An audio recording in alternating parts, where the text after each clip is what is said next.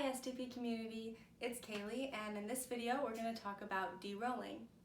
As actors we talk a lot about getting into character, but sometimes we forget to talk about how important it is to step back out of character once you're done. De-rolling is a very important tool that an actor and actress can have in their toolkit that helps them to step back out of character after a rehearsal, a performance, or a show run is over. I like to think about getting in and out of character like this. So, in case you don't know, my mom is Miss Barb, who many of you know and love. And when she was younger, she worked at Disney.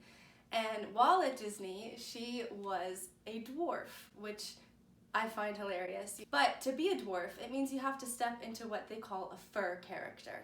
So that means putting on the body and the head and the gloves and whatever it is to become a dwarf. And while you're inside of the dwarf, you get to puppet what the dwarf does. I think she told me in one of the dwarf costumes, she had a little puppet thing right down here by her belly that made his nose wiggle. My point being this, when she would show up to work to get into character, she physically had to step into a costume that totally made you not be able to see who she was anymore. But inside that dwarf character, she was still herself. She had to learn how that dwarf would walk, would respond, might wiggle his nose. She got to know his character so that she could puppet him from within. But at the end of her shift, at the end of the day, she was able to take that fur off and walk away not as her character but as herself.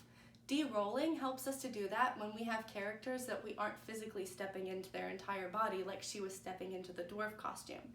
It helps us to have a way to distinguish between what's our skin and what's the skin of a character that we're puppeting. For Christian actors, it's particularly important that we have ways of de-rolling that are spiritually healthy and that remind us of the differences between us and our characters. This is especially important when you have a character that might be evil or dark or going through something really hard. Think about the Phantom in the version of Phantom of the Opera that we often do at STP.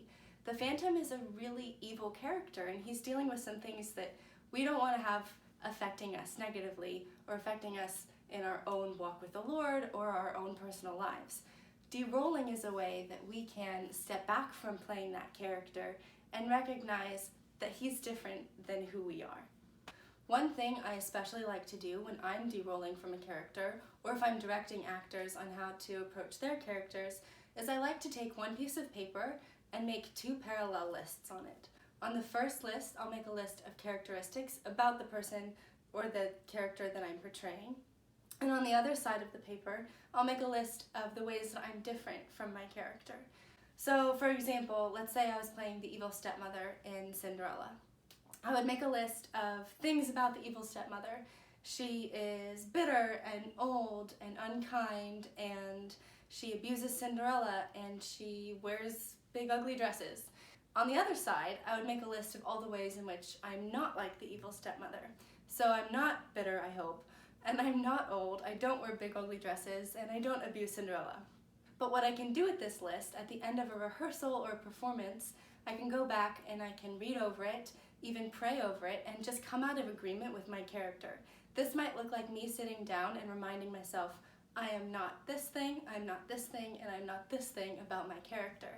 This is a way that we as actors can force ourselves to take the time to step back out of character, just like we take time before a rehearsal or a show to step into character.